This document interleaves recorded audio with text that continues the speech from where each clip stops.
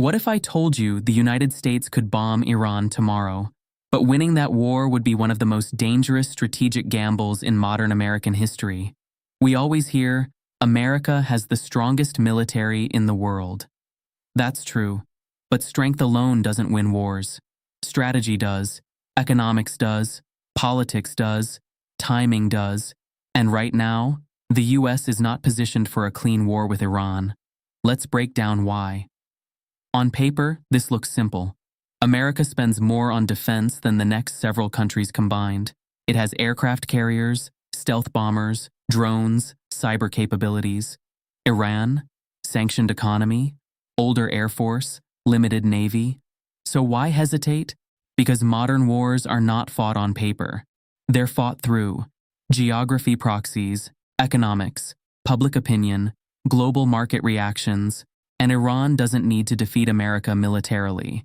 It just needs to make war too expensive. Look at the map. 4. Iran is mountainous, vast, strategically positioned.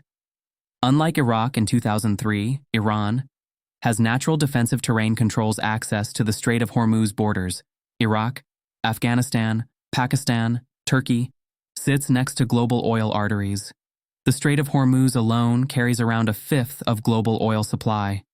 If Iran disrupts it, oil prices explode, global markets panic, inflation surges in America.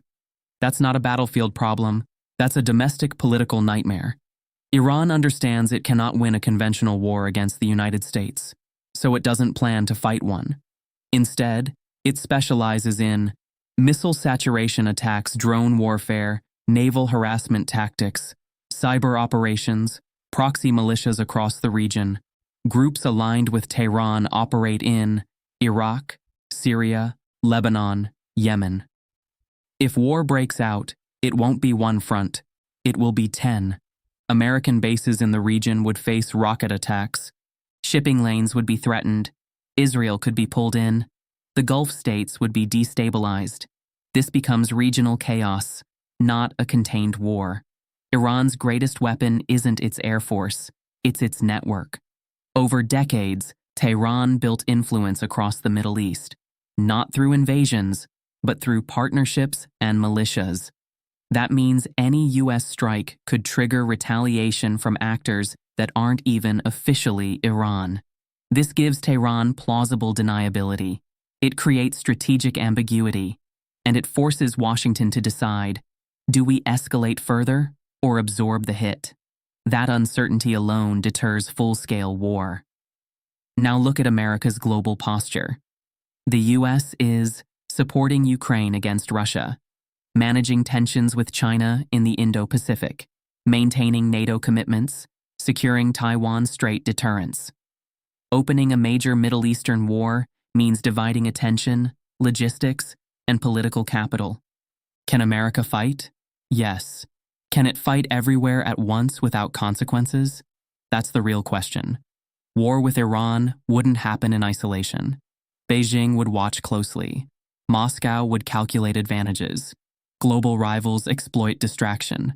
Wars are not just fought with weapons, they're financed. The American public is already facing high debt levels, inflation, sensitivity, war fatigue after Iraq and Afghanistan. A conflict with Iran would spike oil prices, raise shipping insurance costs, disrupt global supply chains, shake financial markets. And here's the key. Modern American power is deeply tied to economic stability. Destabilizing the global energy market hurts Washington's leverage. Sometimes restraint protects power better than aggression. No president enters a major war lightly. Why?